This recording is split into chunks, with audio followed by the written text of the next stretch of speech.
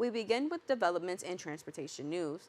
Transportation Alternatives recently launched a groundbreaking public dashboard to track severe car crashes in New York City. From January 2022 to June 2023, over 4,000 individuals suffered grave injuries in these incidents, including pedestrians, cyclists, and drivers. These serious injuries encompass life-altering harms such as limb loss, organ damage, and lifelong disabilities.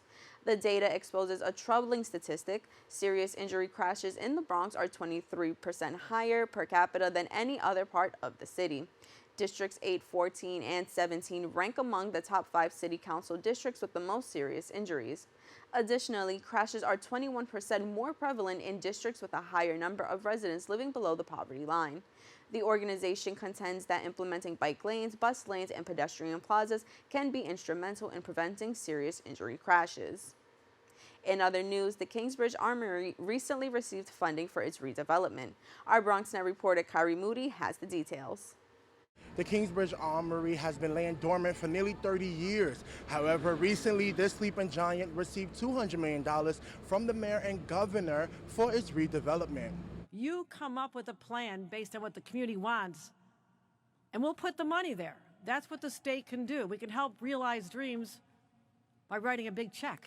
This 5-acre, over 100 years old military base is the largest in the world. It was used for film sets, boxing matches, and exhibits. The community asked for it, and we listened, and now we're delivering. Kingsbridge Armory has the possibility of becoming a beacon of employment, entrepreneurship, and opportunity. Nathan Gray is the vice president of the Neighborhood Strategies Department of the Economics Development Corporation. He shared his reaction to the big announcement. Excitement, possibility, opportunity, hope. I think this building has all of those things, and the $200 million will really bring it one step closer to making this project a reality. For some, it's excitement. For others, such as the vendors and the surrounding community, it's worrying. They're not doing nothing for the community. You could see how is the environment around here, how people are dying over these drugs, fentanyl stuff. Instead of the mayor investing all this money, he should be investing this money in the community for all this drug addiction that we got laying around in the floor and on the train station.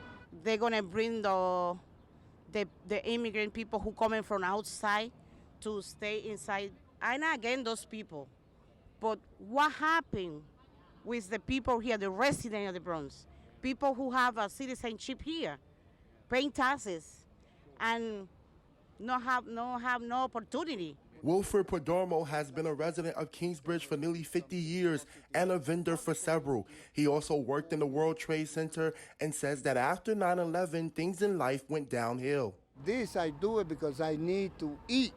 I need to survive, you know, and this is the best idea for this place, for the Bronx. Wilfred hopes to get a job inside the Armory once the redevelopment is complete by any means necessary. I hope I could get a job, a position. Even I could be sweeping, cleaning, doing whatever could be done. Together for Kingsbridge is a group whose vision is to see the Armory become an active landmark in the community. To see our previous stories on the Kingsbridge Armory, visit our website at www.bronxnet.org. Reporting for BronxNet, Kyrie Moody. Thanks, Kyrie. The Bronx has the highest rate of food insecurity at 19.7%, and food insecurity is a significant factor in developing eating disorders, like a binge eating disorder. So, how exactly are they related, and what can the community do to help? We were able to sit down with several representatives to discuss more. By the end of the hour, one more person will lose their life to an eating disorder.